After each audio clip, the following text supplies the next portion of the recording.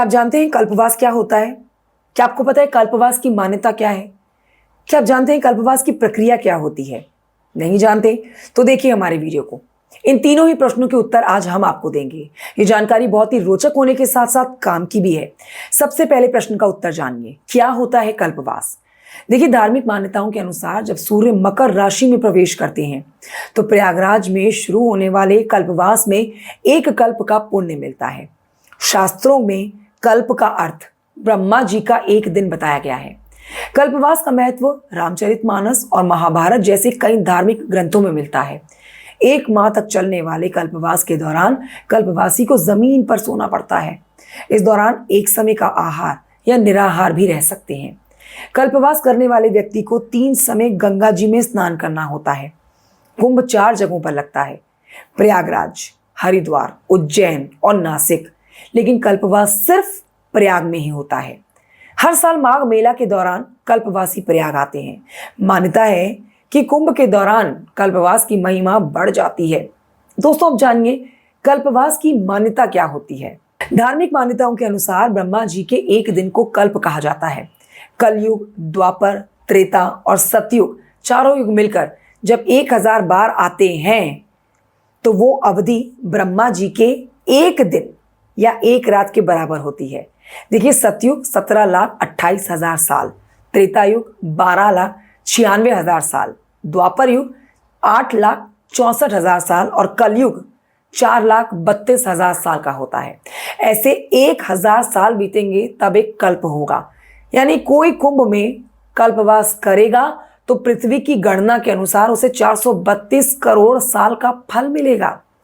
धार्मिक मान्यता के अनुसार कल्पवासी 12 साल तक लगातार कल्पवास करते हैं। उन्हें मोक्ष मिलता है ऐसा करने से।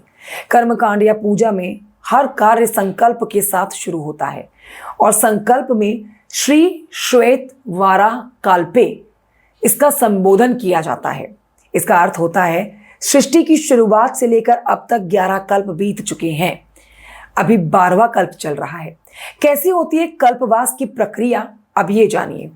देखिए, कल्पवास की प्रक्रिया आसान बिल्कुल नहीं होती है। जाहिर है मोक्षदायिनी की ये विधि एक बेहद कठिन साधना है। इसमें पूरे नियंत्रण और संयम की जरूरत होती है।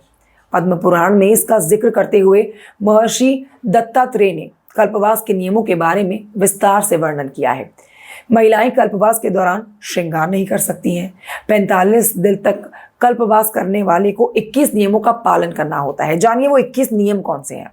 पहला नियम सत्य वचन, दूसरा अहिंसा, तीसरा इंद्रियों पर नियंत्रण, चौथा सभी प्राणियों पर दया भाव, पांचवा ब्रह्मचार्य का पालन, छठा वयस्कों का त्याग, सातवां ब्रह्म मुहूर्त में जागना, आठवां नित्य 3 बार पवित्र नदी में स्नान करना, नवा त्रिकाल संध्या, 10वां पितरों का पिंडदान, 11वां दान, 12वां अंतर्मुखी जप, 13वां सत्संग, 14वां संकल्पित क्षेत्र के बाहर ना जाना, 15वां किसी की भी निंदा ना करना, 16वां साधु सन्यासियों की सेवा करना, 17वां जप और संकीर्तन, 18वां एक समय भोजन, 19वां भूमि शयन, 20वां अग्नि सेवन ना करना, 21वां देव पूजन।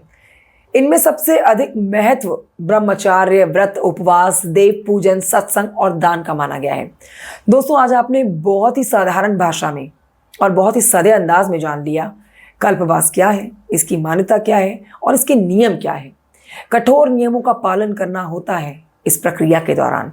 कमेंट करके जरूर बताइएगा जानकारी कैसी लगी आपको। आप वीडियो लाइक कर सकते हैं, चैनल को सब्सक्राइब भी कर सकते हैं। इसी तरह की रोचक जानकारी आप तक हम पहुंचाएंगे। फिलहाल दीजिए मुझे इजाजत। जय श्री कृष्णा, राधे राधे।